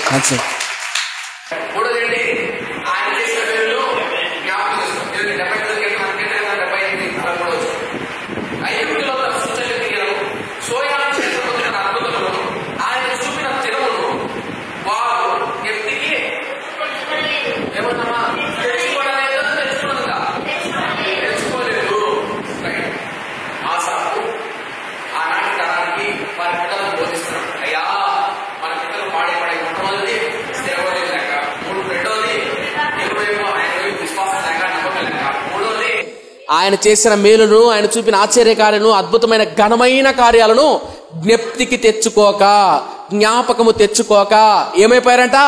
పాడైపోయారంట. కీర్తన గ్రంథం 106 తీయండి. కీర్తన గ్రంథం 106లో కూడా మళ్ళా భక్తుడు ఇంకో భక్తుడు అంటాడు. కీర్తన గ్రంథం 106 7వ వచనం. ఐగుప్తులో మా పితరులు ఏంటంట అది? ఐగుప్తులో మా పితరులు నీ అద్భుతములను గ్రహింపకయుండిరి. అద్భుతమైన మాట. తర్వాత లైను వీలైతే అండర్లైన్ చేసుకోండి. నీ కృపా బాహుల్యమును జ్ఞాపకము తెచ్చుకొనకయుండిరి. అద్భుతమైన మాట. ఏంటంటారు వాళ్ళు? నీ కృపా బాహుల్యమును జ్ఞాపకమునకు తెచ్చుకొనకయుండిరి. సముద్రమునొద్ద, ఎర్ర సముద్రమునొద్ద వారు తిరుగుబాటు చేసిరి. అయినను తన మహా పరాక్రమమును ప్రసిద్ధి చేయుటకై ఆయన తన నామమును బట్టి వారిని రక్షించెను. అద్భుతమైన మాట కదా! ఎంత గొప్ప దేవుడో చూడండి. అద్భుతమైన మాట. ఐగుప్తులో మా పితరులు నీ అద్భుతమును గ్రహించకయుండిరి. నీ కృపా బాహుల్యమును జ్ఞాపకము తెచ్చుకొనకుండిరి. తెచ్చుకున్నారు వాళ్ళు? తెచ్చుకోలేదు కాబట్టి పాడైపోయారు. ఎప్పుడైనా అబ్జర్వ్ చేశారా? దేవుడు చేసిన మేలు మనం మర్చిపోయామనుకో, కృతజ్ఞత రాదు, కన్నీటి ప్రార్థన రాదు, ఆత్మీయతలు ఎదగలేం. ఎప్పుడైతే జ్ఞాపకం చేసుకుంటామో అనుకోకుండా కళ్ళకు నీళ్లు కారుతా ఉంటాయి. మీకు ఇలాంటి ఎక్స్పీరియన్స్ ఉందో లేదో నాకు తెలియదు. ఎవడైతే ఆత్మీయాత్రలో దేవుడు చేసిన మేలును, సిలువలో చేసిన త్యాగాన్ని మర్చిపోతాడో వాడు పాడైపోతాడు. ఇశ్రాయేలు ప్రజలు అరణ్యాత్రలో రాలిపోవడానికి కారణం ఏంటి? దేవుడు చేసిన మేలును, ఘనమైన కార్యాలు మర్చిపోయి. ఈ 5 ఏళ్లలో పెద్ద ఏలేది? మధ్యవేలు. ఈ మధ్యవేలు ఘనమైన, అద్భుతమైన, ఆశ్చర్య కార్యాలు చేసిన దేవుని కార్యాలు మర్చిపోకండి. మొదటిది స్థిర హృదయం, రెండోది విశ్వాసం, ఆయన వైపే చూడండి, మూడోది ఘనమైన కార్యాలు, ఆయన చేసిన ఘనమైన కార్యాలు, అద్భుత కార్యాలు మర్చిపోకు. ఇదే కీర్తనలో 12 వచ్చింది చూడండి ఏమంటాడు. అప్పుడు వారు ఆయన మాటలు నమ్మిరి, ఆయన కీర్తి గానము చేసిరి. 13 వచనం. అయినను వారు ఆయన కార్యములను డాష్ వెంటనే మర్చిపోయిరి. ఏంటది? వెంటనే మర్చిపోయారట. మన మందిరం ఒక అన్న వచ్చేవాడు. ఒకసారి మా నాన్న, నేను, అమ్మగారు ముగ్గురు వెళ్ళాం హాస్పిటల్. ఎక్కడికి? రిమ్స్. మొత్తం అనారోగ్య పరిస్థితుల్లో బాగా బెడ్ మీద పడుకోంటే ప్రార్థన చేసాం. నాయనా ఇక మీద నుంచి మందిరానికి వస్తావా రావా? ఇట్లుంటే నాయన అదంటే వస్తానయ్య గారు, ఇక మీద నుంచి ప్రతి ఆదివారం మందిరానికి వస్తాడు. వస్తాడు. 2 వారాలు వచ్చాడు, 3 వారాలు వచ్చాడు, 4 వారాల నుంచి కానరాలే. ఏమైపోయారు చెప్పండి? ఇప్పుడు మర్చిపోయారు. నాకు తెలిసిన ఒక ఆమె కడుపులో గడ్డలు ఉన్నాయి. ఏం గడ్డలన్నా గంజి గడ్డలు, ఎర్రగడ్డలు అడగాకండి. కడుపులో గడ్డలు ఉన్నాయి. ప్రార్థన చేసి, ఉపవాసం ఉండే సేవకులు ప్రార్థన చేసి, నిజంగా హాస్పిటల్లో ఉన్నారండి. హైదరాబాద్ హాస్పిటల్ ఉంటే సంఘంలో ఉపవాసం ఉన్నప్పుడు ప్రార్థన చేసే వాళ్ళ కోసం దేవుడు స్వస్థని ఇచ్చాడు, బాగు చేశాడు. బాగు చేసిన సంవత్సరం వరకు బాగుంది. తర్వాత పోయి మళ్ళా లోకానుసారంగా మళ్ళా ఒక్కాకు పెట్టుకొని నమ్ములతో రోడ్ల మీద ఊడ్చుకుంటూ సాక్ష్యాన్ని పాటు చేసుకుని దేవునికి దూరంగా బతుకుతున్నారు. ఇప్పుడు చెప్పండి, ఆయన కార్యాలు వాళ్ళు గుర్తుపెట్టుకున్నట్లా? మర్చిపోయారు లేదా? మర్చిపోకూడదండి. అందుకని నేను పాట పాడా, అయ్యా నీ మహిమనే కనపరిచిన, మేఘం స్తంభముగా నడిపించిన, నీ మహిమను చూపించిన మా పితరులు మర్చిపోయారయ్యా. మర్చిపోకూడదు నాయన. సంజీవ్ తేజ నేను యవ్వన కాలంలో పాడైపోతూ నడిచించిపోతున్న నన్ను రక్షించకపోయింటే, బాగు చేయకపోయింటే, పిలవకపోయింటే ఏమైపోయిందో మర్చిపోకూడదయ్యా. మై ఫ్రెండ్స్, ఈ వాక్యాన్ని వింటున్న ఎవరైనా సరే, ఒకవేళ సేవకులు కానీ, విశ్వాసులు కానీ, ఆత్మీయులు కానీ, ఎలా మీ కుటుంబాన్ని లేవనెత్తాడో, ఎలా స్వస్థపరిచాడో, ఎలా బాగు చేశాడో, ఎలా దీవించాడో ఎప్పటికీ మర్చిపోకండి. వీలైతే డైరీలో రాసుకోండి. నా డైరీ ఇప్పటికీ ఉంది. నేను డైరీ రాసే అలవాటు. ఏదైనా దేవుడు చేసిన బలమైన కార్యాలు, ఘనమైన కార్యాలు నా డైరీలో రాసుకుంటా. ఆ డైరీలో అప్పుడప్పుడు ఓపెన్ చేసి చూసుకున్నప్పుడు ఆశ్చర్యం అనిపిస్తుంది. మర్చిపోమాడెప్తానే మన పరిచయం స్టార్ట్ చేసిన 2018-19లో కెనాన్ 70D కెమెరా కొనాలని కోరిక. ఆ కోరిక ఇంచుమించు ఆ కెమెరా 70,000-80,000 ఉంటుంది. ప్రభువా ఈ కెమెరా కొనే స్తోమత లేదు. సెకండ్ హ్యాండ్లో కెమెరా దొరికిన చాలయ్యా. సెకండ్ హ్యాండ్ అంటే హాఫ్ రేట్ వేసుకో. ఆడంత 70,000 కెమెరా 30,000 వేసుకోదా? 30,000. 30,000 కెమెరా చాలు నాయన. ఇప్పటికి నా డైరీలో ఉంది ఆ డేటు, ఆ టైము రాసుకునే ప్రాంతం. మొదటిది కెమెరా కావాలా, రెండోది ఇవి కావాలా, సౌండ్ సిస్టమ్ కావాలా, మూడోది మ్యూజిక్. అప్పుడు మన మధ్య మ్యూజికల్ ఇన్స్ట్రుమెంట్స్ కూడా లేవు. కాంగో కొట్టేవాళ్ళం, తబలా, కాంగో, డ్రమ్ ఉండేది. తెలుసా మీకు? నా కోరిక తెలుసా? మీరు నంబర్ చెప్తే నా కోరిక గొప్పగా ఉంటుందండి. చిన్న మందిరం, డ్రమ్ము, కాంగో. అసలు ఊహించాం మన మందిరంలో నాకైతే మ్యూజికల్స్ ఉండాలా, సౌండ్ సిస్టమ్ బాగుండాలా. ఇప్పటికీ నా కోరికలు ఘనమైన కార్యాలు ఉంటాయి. ఏమీ లేదు మందిరంలో. డైరీలో రాసుకున్నా, అయ్యా ఇవి కావాలా. అడిగిందంతా 70,000 కెమెరా కూడా సెకండ్ హ్యాండ్లో 30,000 కావాలి. కానీ చివరికి దేవుడు చేస్తే అద్భుతమైన 2020-21 ఆ టైంలో అనుకుంటా ఇంచుమించు 5-6 లక్షలు పెట్టి కెమెరా కొన్నాం, వస్తువులు కొన్నాం. మ్యూజికల్స్ కూడా ఏదో 25 కీబోర్డు, 30,000 కీబోర్డు ఉండే సరిపోదాం. ఒక్క కీబోర్డ్ 70,000 కీబోర్డ్. రిథమ్ ప్యాడ్ ఏమి, సౌండ్ సిస్టమ్ ఏమి, కళ్ళ ఎదుటున్నటువంటి వస్తువులు ఏమి. ఆశ్చర్యం అనిపిస్తుంది. ఇప్పుడు చెప్పండి, ఆయన చేసిన ఘనమైన కార్యాలు మర్చిపోకూడదు. ఎప్పటికి మనకి ఏముండాలా? జ్ఞాపకం ఉండాలా. నువ్వు జ్ఞాపకం పెట్టుకుంటే నీ ప్రాణం లేసి వస్తుంది. అందుకని భక్తుడు అంటాడు, నా ప్రాణమా ఆయన చేసిన ఉపకారములలో దేనిని మర్చిపోయి దున్నపోతు పడుకున్నట్టు పడుకో అనుందా? మరొకో నా ప్రాణమా మరొకే ఎలా లేవనెత్తాడో, ఎలా ప్రాణం ఇచ్చాడో, ఎలా రక్షించాడో మర్చిపోతూ. మర్చిపోతే ఏమవుతుంది తెలుసా? పాడైపోతుంది. నెహెమ్యా భక్తుడు ప్రార్థన చేస్తాడండి. ఇశ్రాయేలు ప్రజలు పాపం చేసి దేవునికి తిరుగుబాటు చేసి నడిపించిన వైనాన్ని అంతా మర్చిపోయి బబులోను దేశానికి బానిసలుగా వెళ్ళిపోయి అక్కడ నాశనం అయిపోయిన తర్వాత పాడైపోయి తిరిగి మళ్ళా దేశానికి వచ్చారు. వచ్చినప్పుడు ఇశ్రాయేలు ప్రజలు ఎదుట నెహెమ్యా గోజాడుతూ ఒక జాముసేపు ప్రార్థన చేసి, ఒక జాముసేపు బోధించిన తర్వాత ప్రార్థన చేస్తాడండి. నెహెమ్యా గ్రంథం తీయండి. అక్కడ ఒక మాట అంటాడు చూడండి, ఏమంటాడో. నెహెమ్యా 9వ అధ్యాయం, నెహెమ్యా గ్రంథం 8వ అధ్యాయం 16వ వచనం. అయితే వారంటే ఎవరిడా? ఇశ్రాయేలు ప్రజలు. రైట్. అయితే వారును మా పితరులను గర్వించి లోబడనొల్లక నీ ఆజ్ఞలకు చెవియొగ్గక పోయిరి. తర్వాత వారు విధేయులగుటకు మనస్సు లేని వారై తమ మధ్య నువ్వు చూపిన చేసిన అద్భుతాలను డాష్ జ్ఞాపకము చేసుకొనక తమ మనస్సును కఠినపరుచుకొని. ఏం మాట చూడండి. జ్ఞాపకం చేసుకున్నారు వాళ్ళు? చేసుకోలేదయ్యా. ఏం చేసుకోలేదంట? దేవుడు చేసిన మేలును జ్ఞాపకం చేసుకోలేదంట. గుర్తుపెట్టుకో, ఏ విశ్వాస అయితే, ఏ క్రైస్తవుడైతే దేవుడు చేసిన మేలులను, దేవుడు చూపిన త్యాగాన్ని మర్చిపోతాడో వాడి మనసు ఏమవుతుంది తెలుసా? కఠినమైపోతుంది. మీరు కావాలంటే అబ్జర్వ్ చేయండి. ఎప్పుడైతే మన ఆత్మీయాత్రలో దేవుడు చేసిన మేలును, రక్షించిన విధానం జ్ఞాపకం ఉంటుందో, సిలువలో ఆయన చూపిన త్యాగం, ఆయన ప్రేమ జ్ఞాపకం ఉంటుందో, హృదయం ద్రవించిపోతుంది. అవి మర్చిపోతామో హృదయం కఠినమైపోతుంది. కన్నీటి ప్రార్థన రాదు, ఆరాధన రాదు, భక్తి ఉండదు, కన్నీటి ఆత్మీయత ఉండదు, క్రమశిక్షణ ఉండదు, లోబడే తత్వం ఉండదు. ఎప్పుడు చెప్పండి? ఆయన చేసిన మేలును మర్చిపోతే జ్ఞాపకం ఉంచుకోకపోతే. మై ఫ్రెండ్స్, ఇశ్రాయేలు ప్రజల అరణ్య యాత్రలో రాలిపోవటానికి స్థిరమైన హృదయం లేక, 2 ఆయనను విశ్వాసంతో చూడక, ఆయన వైపు నమ్మకం ఉంచక, 3వది ఆయన చేసిన ఘనమైన అద్భుతమైన ఆశ్చర్య కార్యాలను జ్ఞాపకం ఉంచుకోక ఆత్మీయ యాత్రలో ఎప్పుడు మనం పాడైపోతామంటే, జ్ఞాపకం లేకపోతే పాడైపోతాం. ఇదే భక్తుడు అంటే చూడండి. కీర్తన గ్రంథం 103 కీర్తన తీస్తారా? కీర్తన గ్రంథం 103 తీస్తారా? మొదటి 103 మొదటి నుంచి. నా ప్రాణమా యెహోవాను సన్నిధించుము, నా అంతరంగమును సమస్తమా ఆయన పరిశుద్ధ నామమును సన్నిధించుము. నా ప్రాణమా యెహోవాను సన్నిధించుము. తర్వాత ఆయన చేసిన ఉపకారములలో దేనిని మరువకము. అద్భుతమైన మాట కదా. ఆయన చేసిన ఉపకారంలో దేనిని మరువకము. ఆయన నీ దోషములన్నిటినీ క్షమించువాడు, నీ సంకటములన్నిటినీ కుదుర్చువాడు. దావీదు రాసుకుంటున్న పాట. దావీదు గురించి చెప్తున్నాడు. రైట్, తలపైకెత్తారు ఒకసారి. దావీదు రాసుకుంటున్నటువంటి ప్రార్థనలో, దావీదు చేస్తున్నటువంటి ప్రార్థనలో, నా ప్రాణమా మర్చిపోకే. ఇంకొక చోట ఉంటుంది, అది నాకు బాగా ఇష్టమైన మాట. ఏముంటదంటే, దావీదు యెహోవా సన్నిధిలో కూర్చుండి అనే పదం నాకు బాగా ఇష్టమైన మాట. తెలుసా మీకు? 2 సమయాల గ్రంథంలో ఉంటుంది. యెహోవా సన్నిధిలో దావీదు కూర్చుండి, దేవా నేను ఏ పాటు అన్నయ్యా, ఎక్కడి నుంచి వచ్చా, నేను గొర్రెల దొడ్డులో నుంచి వచ్చా నేను అని కూర్చొని ఏం జ్ఞాపకం చేసుకుంటున్నాడు? ఆయన చేసిన మేలులు జ్ఞాపకం. మీరు కావాలంటే అబ్జర్వ్ చేయండి. ఆత్మీయ యాత్రలో మన గతాన్ని, దేవుడు చేసిన మేలులు జ్ఞాపకం చేసుకోవడం అద్భుతమైన విషయం, అద్భుతమైన గొప్ప లక్షణం. సో మై ఫ్రెండ్స్, మర్చిపోకండి. మళ్ళీ చెప్తున్నా, విశ్వాసుల్లో ఎవరైతే దేవుడు చేసిన మేలులను, ఘనమైన కార్యాలను మర్చిపోతారో ఏమైపోతారమ్మా? పాడైపోతారు, నాశనం అయిపోతారు. సో మై ఫ్రెండ్స్, మొట్టమొదటిది స్థిరంగా అత్తుకోండి. 2వది విశ్వాసంతో ఉండేది. 3వది ఆయన చేసిన ఘనమైన మేలులను మర్చిపోకండి. మన మందిరంలో కావచ్చు, మీ కుటుంబాల్లో కావచ్చు, చిన్న మందిరంగా ఉన్నటువంటి, ఎందుకు మనం ప్రతి సంవత్సరం వార్షికోత్సవం పెట్టి దేవుడు ఇది చేశాడు అది చేశాడు అని జ్ఞాపకం చేసుకుంటాం చెప్పండి. అంతెందుకు, ఉదాహరణకు మీలో కొత్తగా కొంతమంది వచ్చారు. ఇప్పుడు యోహాను ఉన్నాడు, యోహాను కొత్తగా వచ్చారు. మీకు కొంతమంది అక్క వాళ్ళు కొత్తగా వచ్చారు, తెలియదు మీకు. 2015లో కృపాతకాలు ఇసాకాను మీరు కొత్తగా స్టార్టింగ్ నుంచి ఉన్నారు. కొత్తగా వచ్చారు మీరు? లేదు. ఎండాకాలం ఉపవాస ప్రార్థనకు వచ్చేటప్పుడు స్నానం చేసి తడిసిపోవాలి నుంచి. మీకు గుర్తుందో లేదు, నాకు మీ గేరలో నాకు తెలియదు, కానీ నేను మాత్రం వాక్యం చెప్పేటప్పుడు కానీ మందిరంలో కూర్చున్నప్పుడు కానీ ఎండాకాలం మే నెల వచ్చినప్పుడు చిన్న మందిరంలో ఉమ్మతో ఉక్కతో అంటే వేడితో తడిసిపోయేవాళ్ళం. ఏం లేవు ఇవి, మీకు తెలీదు. ఈ మందిరం కానీ స్థలం కానీ వస్తువులు కానీ ఇవేమి లేవు. ఒక చిన్న ప్రొజెక్టర్ కొనుక్కోవడానికి కన్నీరు గార్చి ప్రార్థించే రోజులు ఉన్నాయి. సంఘ పిల్లలు తెలుసు ఆ విషయం.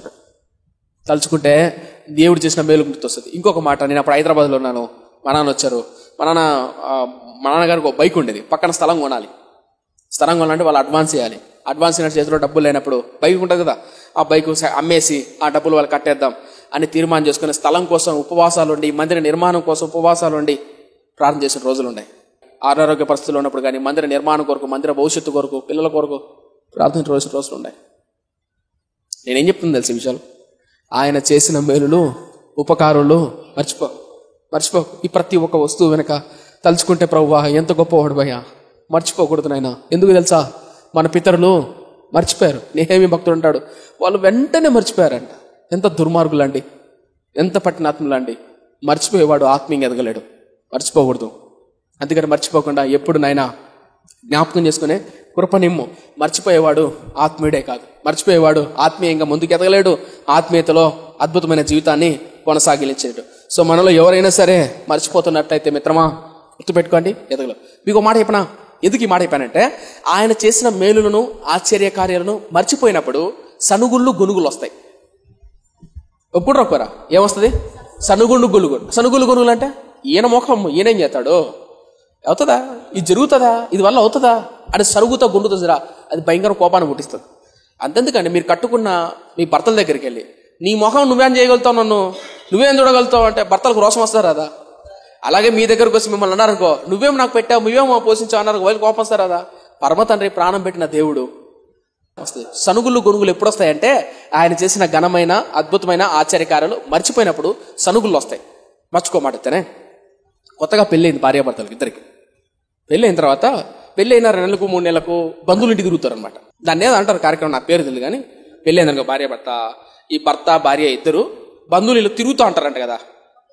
కొత్తగా పెళ్ళైన తిరుగుతారు కదండి, దాన్ని ఏమంటారు, విందుకు పిలుస్తారా? అవునా, మనకు తెలియలే, అయితే ఓకే రైట్. కొత్తగా పెళ్ళయింది భార్యాభర్త ఇద్దరికి. పెళ్ళైన తర్వాత బంధువులు తిరుగుతున్నారు, భార్య భర్త. సర్వసాధారణంగా భార్య భర్త కొత్తలో పెళ్ళైనప్పుడు అలా తిరుగుతున్నప్పుడు వాళ్ళ ప్రపంచం కానరాదు. నీకడ తెలిసిన అంటారేమో, చూసాం ఇలాంటి వాళ్ళ ప్రపంచం కానరాదు. వీళ్ళకి వాళ్ళు, వాళ్ళకి వీళ్ళు, నాకు నువ్వు నీకు నేను పోతా అంటారు. అయితే ఏం జరిగిందంటే అలా పోతూ ఉంటే చిన్న యాక్సిడెంట్ జరిగింది. చిన్న యాక్సిడెంట్ కాదు, పెద్ద యాక్సిడెంట్ జరిగింది. జరిగిన తర్వాత ఆ యాక్సిడెంట్లో భార్యాభర్త ఇద్దరికి, అనగా కొత్తగా పెళ్ళైంది కదా, ఆ కొత్తగా పెళ్ళైన ఇద్దరికి యాక్సిడెంట్ జరిగింది. యాక్సిడెంట్ జరిగిన తర్వాత అలా పిలుచుకెళ్తున్నప్పుడు కోమాకి వెళ్ళిపోయారు. కోమా అంటే అది ఒక దేశం కాదు, కోమాకి వెళ్ళిపోయారు అంటే స్థితిలో లేరు, కోమాలకు వెళ్ళిపోయారు. ఐసీయూలో పెట్టారు, చూస్తున్నారు. కోమా నుంచి ఎప్పుడు బయటకు వస్తారో తెలియదు. సో మొత్తానికైతే చెకప్లు అవి చేస్తున్నారు, అంతా చేస్తుంటే ఆ యాక్సిడెంట్లో ఆ పెళ్లి కూతురికి అమ్మాయికి ఏం జరిగిందంటే చిన్నతనం నుంచి సరిగా అవయవాలు ఆ నిర్మాణం సరిగ్గా జరగక 2 కిడ్నీలు ఫెయిల్ అయిపోయాయి. బతుకుతుందా నమ్మకం లేదు. ఈ పెళ్లి కొడుకు ఉంటాడు కదా, ఆ అబ్బాయి మాత్రం ఓ వారానికి కోమాలకు బయటకు వచ్చాడు. వచ్చిన తర్వాత పెళ్లి కూతురు తరపున అమలకు వీళ్ళు వచ్చారు, చెప్పారు పెళ్లి కొడుకు ఇంకా ఆ కోమా నుంచి బయటకు వస్తానే అడిగాడు. ఎవరిని అడుగుతారు చెప్పండి, ఇప్పుడు భార్యని అడుగుతారు. ఇది కొత్తగా పెళ్ళింది కదా, భార్య ఎక్కడ ఉందంటే ఎట్లుందా, ఇది నాయన పరిస్థితి, మీ భార్యకు కిడ్నీలు ఫెయిల్ అయిపోయాయి, ఆమె బతుకుతుందా లేదు, అవకాశం లేదు అంటానే బోర్న ఏడ్చాడు. వాళ్ళ తల్లిదండ్రులు చెప్పారు, నాయన ఆమెకు ఇట్లా ఆరోగ్యం బాగాలేదు, పాడైపోయింది, సో మనం విడాకులు ఇచ్చేసి, పోనీ ఆమె ఎప్పుడు వస్తుందో కిడ్నీ బయటికి ఎప్పుడు వస్తుందో తెలీదు, విడాకులు ఇచ్చేసి మనం ఇంకొక పెళ్లి చూద్దాం, మర్చిపోవాం కామని అది ఇది అని చెప్పేసి ఇటువైపు పెళ్లి కొడుకు తల్లిదండ్రులు. కానీ ఈ అబ్బాయికి మాత్రం అప్పుడు డాక్టర్ని అడిగా, డాక్టర్ గారు ఆ అమ్మాయి ఏమన్నా బతికే అవకాశం ఉందంటే, అవును, కిడ్నీ పెడతారుగా, కిడ్నీ దొరికితే బతికే అవకాశం ఉంది అంటే, సరే నా కిడ్నీ ఇస్తా పెట్టానంటే తల్లిదండ్రులు ఒప్పుకోలే. ఎందుకు, అది సక్సెస్ అవుతుందో ఫెయిల్ అవుతుందో, ఎందుకు వచ్చింది గొడవ, ఇప్పుడు అవసరమా, నీ ఎవరికాల నీ జీవితాన్ని పాడు చేసుకుంటావు, లేదు నేను పెళ్లి చేసుకున్నాను, ఒక్కసారి మా బంధం ఏర్పడిన తర్వాత చచ్చేంత వరకు నేను వదిలిపెట్టను అని తీర్మానం చేసుకున్నాను, నా కిడ్నీ ఇవ్వాల్సిందే అన్నాడు. తల్లిదండ్రులు ఒప్పుకోలే. ఏ పిచ్చి పట్టిందా నీకు, వద్దు నీకు అద్భుతమైన జీవితం, ఇంకొక పెళ్లి చేస్తాం అది ఇదని చెప్పారు. లేదు నా జీవితం పాడైపోయినా పర్లేదు, లేదా ఏం జరిగినా పర్లేదు అని చెప్పేసి సంతకాలు పెట్టించేసి తన కిడ్నీ పెళ్ళికూతురికి ఇచ్చాడు. పెళ్ళికూతురికి ఇచ్చిన తర్వాత అద్భుతంగా సక్సెస్ అయింది, ఆ అమ్మాయి బతికింది. అలాంటి భర్త దొరుకుతారా? అబ్బాయి సచ్చినా దొరకనట్టాడు. ఈ కాలంలో మా కిడ్నీలు లివర్లు కోసుకొని పోతారు, కానీ వాళ్ళ కిడ్నీలు మాకు పెట్టేళ్ళు ఉండన్నా దుర్మార్గులు. రైట్, విషయానికి వద్దాం. ఎంత ప్రేమించిండే చెప్పండి, అర్థం ప్రేమించాడు. నిజంగా అద్భుతంగా బతికిన తర్వాత అద్భుతంగా పెళ్లి సంవత్సరం గడిచింది. సంవత్సరం 1 తర్వాత 2 years ఒక చిన్న బేబీ, అద్భుతమైన కుమారుడు పుట్టాడు. కుమారుడు పుట్టిన తర్వాత ఇంకొక బాబునిచ్చాడు. దేవుడు మహా కనికరించి 2 బిడ్డలు. అన్యోన్యంగా ఎన్ని సమస్యలు వచ్చినా భర్తను భార్య అద్భుతంగా ప్రేమించేవాడు. ఎవరు? భర్త. సో అలా కాలం గడుస్తుంది, 10 ఏళ్ళు అయింది. ఇప్పుడు పిల్లలు అలా ఎదిగారు, 5 ఏళ్ళు అయింది. ఇంతలో ఏం జరిగిందంటే పక్కింటక్క ఎవరికి ఎన్ని ఏళ్ళు అయింది పెళ్ళి? 10 ఏళ్ళు అయింది. ఇప్పుడు భర్త బాగా ప్రేమించడం లేదా? ప్రేమించాడు. పక్కింటక్క ఒక 2,000 పెట్టి ఒక హ్యాండ్ బ్యాగ్ ఉండిందంట. ఏం బ్యాగు? Hand bag. ఈ హ్యాండ్ బ్యాగ్ పక్క వాళ్ళ ఆడలో ఉండిరా హ్యాండ్ బ్యాగ్ పట్టుకొని వచ్చి పక్కింటికి ఏమో చూపించిందంట. అక్క మా ఇంటి హ్యాండ్ బ్యాగ్ తెచ్చాడు చూడు ఎట్టుందో అని. ఆమె చూసిన తర్వాత నాకు ఇలాంటి హ్యాండ్ బ్యాగ్ ఉంటే బాగుంటుందని చెప్పి ఫోటో తీసుకొని వాళ్ళ ఇంటి దగ్గరికి వెళ్ళి, ఏమండి ఈ హ్యాండ్ బ్యాగ్ బల్లో ఉందండి, నాకు హ్యాండ్ బ్యాగ్ తీపిస్తారనట. అప్పుడు పాపం భర్త ఉద్యోగ టెన్షన్లోనో ఒత్తిడిలోనో ఇంటికి వచ్చాడు. వాళ్ళ ముందర ఆ టైంలో నువ్వు హ్యాండ్ బ్యాగ్ అని అనుకో, దోడలు వదిలిపోతాయి. నీకు ఇప్పుడు హ్యాండ్ బ్యాగ్ కొడితే పాపంతో సీరియస్ ఏదో అన్నాడంట. ఎవరు? భర్త. నన్ను ఇంత మాట అంటావా, అంత మాట, ఎందుకంటే ఆయన ఏదో టెన్షన్ వచ్చాడు. ఇంత మాట అంటారు, అంత మాట అంటాడు. మా అమ్మగారి ఇంటికి పోతే మొత్తం తట్టపట్ట సర్దుకొని పిల్లలు మించుకొని వెళ్ళిపోయింది. యాడికి? అమ్మగారి ఇంటికి. వెళ్ళిన తర్వాత ఇంటికి వెళ్ళి అమ్మగారి ఇంటికి వెళ్ళిన తర్వాత అమ్మకి అర్థమైంది, ఎవరమ్మకు? పెళ్లి కూతురు వాళ్ళ అమ్మకు. ఇలాంటి బాగా అర్థమవుతాయి మీకు కూడా. పెళ్లి కూతురు అమ్మకు అర్థమైంది. ఏమని? కూతురు గొడవ పడి వచ్చింది, శాంతంగా సమాధానం వచ్చి అది వేరే అక్క. గొడవ పడి వస్తే వెంటనే అర్థమైపోతుంది, ఏమ్మా వచ్చేసినా ఏమైంది ఫస్ట్ అంతే. అట్లా కాదమ్మా, నేను ఏం అడిగినానమ్మా, హ్యాండ్ బ్యాగ్ ఒకటి అడిగినానమ్మా, ఏం అడిగినానమ్మా అని అమ్మగారు చెప్తుంది. అమ్మోండి కాదే పిచ్చిదానా, నీ భర్త ఎలా ఉంటారో తెలుసా? 10 ఏళ్ల కిందట మరణ పడక మీద నువ్వు పడుకొని ఉంటే వాళ్ళ అమ్మ నాన్న అంటే మీ అత్తమ్మ వద్దు అంటే కూడా వాళ్ళు ఎదిరించి తన ప్రాణంలో నా అవయవాన్ని తీసి నీకు ఇచ్చాడే, ప్రాణంలా నిన్ను ప్రేమించాడు. ఆఫ్టర్ ఆల్ 2000 హ్యాండ్ బ్యాగ్ తీపిలేడా? తీపిలేడమ్మా, తీపిస్తాడే. ఎందుకు గొడవ పడొచ్చో అర్థం చేసుకోలేవా? ఏ స్థితిలో వచ్చాడో? భర్త వచ్చాడు, భర్త వచ్చాడు. భార్య అడిగింది 2,500 హ్యాండ్ బ్యాగ్, భర్త 6,000 హ్యాండ్ బ్యాగ్ తీసుకొచ్చాడు. ఆమె అడిగిందంతా, పిచ్చిదానా నీకంటే నాకు హ్యాండ్ బ్యాగ్ ఎక్కువ, నువ్వే ఎక్కువ, నేను ఎంతలా ప్రేమిస్తే నీకు అర్థం కావట్లేదా? ఎందుకు ఈ ఉదాహరణ చెప్పాను తెలుసా? ఒక్క మాట చెప్తానే. కొత్తలో మార్మోల్స్ పొందినప్పుడు, పడిపోయినప్పుడు, జారిపోయినప్పుడు నా ప్రాణంతో ఇలా చెప్పుకున్నాను. ఏమని తెలుసా? పడిపోతే జారిపోతే నీతి మారిన వాడినై, దుర్మార్గున్నై, నీచున్నై అయిపోతే, తండ్రి నేను నీ బిడ్డను కానా? ఇక్కడ కూర్చున్న మా నాన్న ఉన్నాడు. నేను తప్పు చేసినా, పాపం చేసినా, దొంగతనం చేసినా, మోసం చేసినా, నేను దుర్మార్గుడినే, మోసగానే కావచ్చు, కానీ నాకు తండ్రి ఏమవుతాడు? తండ్రి అవుతాడు. నేను ఆయన బిడ్డనే అవుతా. తప్పు చేసినంత మాత్రం మన మధ్య బంధం తెగిపోదు. ఎందుకు ఈ మాట చెప్తానంటే, సిలువలో ప్రాణం పెట్టిన దేవుడు, ప్రాణం పెట్టేంతలా ప్రేమించిన తండ్రి నిన్ను బాగు చేయలేడా? పాపం అనే బానిసత్వం నుంచి లేవనెత్తలేడా? నమ్మక ద్రోహినైన నిన్ను నమ్మకస్తునిగా మార్చలేడా? నిలబెట్టలేడా? బాగు చేయలేడా? చెప్పండి. ప్రాణం పెట్టేంతలా ప్రేమించిన ఆయన అది ఇవ్వలేడా? నీ ఒంట్లో ఉన్న అవయవాలు ఇచ్చినటువంటి భర్త ఆఫ్టర్ ఆల్ 2,000 చీర బ్యాగులు తీపిలేడా? చెప్పండి. అంతలా ప్రేమించిన తండ్రి బాగు చేయలేడా? అంతలా నడిపించిన ఇశ్రాయేలు ప్రజలు ఐగుప్తు దేశాన్ని వణికించి నడిపించిన దేవుడు మార్గ మధ్యలో పోషించడా? కూడు కూడా తక్కువ చేస్తాడా? నీళ్లు కూడా తక్కువ చేస్తాడా? మోసం చేస్తాడా? చెప్పండి. ఎన్నోసార్లు నా ప్రాణంతో ఇలా చెప్పుకున్నా. యవ్వన కాలంలో ఎవరైనా ప్రార్థన చేస్తుంటే, పడిపోయినప్పుడు, జారిపోయినప్పుడు, కృంగిపోయినప్పుడు, నీరుగా నింపాడు, మర్చిపోకండి, ప్రభువా తప్పు చేశాను, పాపం చేశాను, వాస్తవమే, కానీ మన ఇద్దరి మధ్య ఉన్న బంధం ఉందే, వదిలేస్తావా? ఇప్పుడు జనరల్గా అప్పుడప్పుడు కొడుకులు తప్పు చేసినప్పుడు ఎలా పుట్టారో నా కడుపులు అంటారు తల్లిదండ్రులు. మోసం చేసినప్పుడు, తప్పు చేసినప్పుడు, ఇంకో చెడ్డ పని చేసినప్పుడు. వాళ్ళన్నంత మాత్రాన వాడు కొడుకు కాకుండా పోతాడా?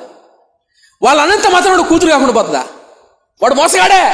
నేను ఇదే ప్రార్థన చేస్తా, నేను మోసగానే, దుర్మార్గున్నే, అవినీతిమంతున్నే, కానీ సిలువలో నువ్వు చేసిన త్యాగం నన్ను వదిలిపెడతా. అందుకే నాకు ఈ పాట బాగా ఇష్టం. మన బంధము అనుబంధము, అద్భుతమైన మాట కదా. ఈడదీయగలరా ఎవరైనా? విడదీస్తారా చెప్పండి? పాపం చేశాను, వాస్తవమే. పడిపోయాను, వాస్తవమే. మోసగాన్నే, వాస్తవమే. తండ్రిని మోసం చేశా, వాస్తవమే. అన్నను మోసం చేశా, మామను మోసం చేశా, వాస్తవమే. కానీ నువ్వు ఆశీర్వదిస్తే తప్ప వెళ్ళిపోనయ్యా. ఎవరన్నారన్నమాట? నేను కూడా మోసగానే, నేను కూడా నమ్మక ద్రోహినే, కానీ నమ్మకం ఇస్తున్నానయ్యా. నా ఒంటో నా తండ్రి రక్తం ఉంది, నేను మోసగానే. తండ్రి అంటాడు, ఎలా పుట్టారు నా కడుపున, నువ్వు నా కొడుకు కాదురా అంటాడు. అన్నంత మాత్రం కాకుండా పోతామా? కామా. మై ఫ్రెండ్స్, ఆత్మయాత్రలో మర్చిపోకూడని విషయాలు, ఆయన చేసిన మేలులు మర్చిపోకు, ఆయన చేసిన ఘనమైన కార్యాలు మర్చిపోకు. మర్చిపోతే ఏమవుతావు? ఆడైపోతావు. స్థిర హృదయంతో హత్తుకో. రెండోది ఆయన్నే చూడు. మూడోది ఘనమైన కార్యాలు, అద్భుతమైన కార్యాలు మర్చిపోకు. ప్రార్థన చేద్దాం. పరిశుద్ధుడా నా కన్న తండ్రి, నాయన విత్తబడిన మాటలు నాలో నిరంతరంగా ఫలింపచే అయ్యా. ఈ అద్భుతమైన సత్యాన్ని, జ్ఞానాన్ని మాకు బోధించినందుకు వందనాలు. అలాగేనైనా రానున్న తరాలకు దీవెనకరంగా ఈ వాక్యం, ఈ బోధ ఉండాలని, స్థిరపరచబడాలని, నేను మయంపరచబడాలని కోరుకుంటున్నాను. అయ్యా, విత్తబడిన మాటలు మాలో నిరంతరంగా ఫలింపచేయండి అయ్యా. నేను స్థిర హృదయంతో తత్తుకోవాలి, నీ వైపే చూడాలి ఏం జరిగినా. మూడవది, నువ్వు చేసిన ఘనమైన అద్భుతమైన ఆశ్చర్యకారులు మర్చిపోకూడదు. జీవించే కృపనివ్వమని యేసయ్య నామమున అడిగి వేడుకుంటున్నాం మా కన్న తండ్రి. ఆమేన్. రైట్ మై ఫ్రెండ్స్, కూర్చుంటారా?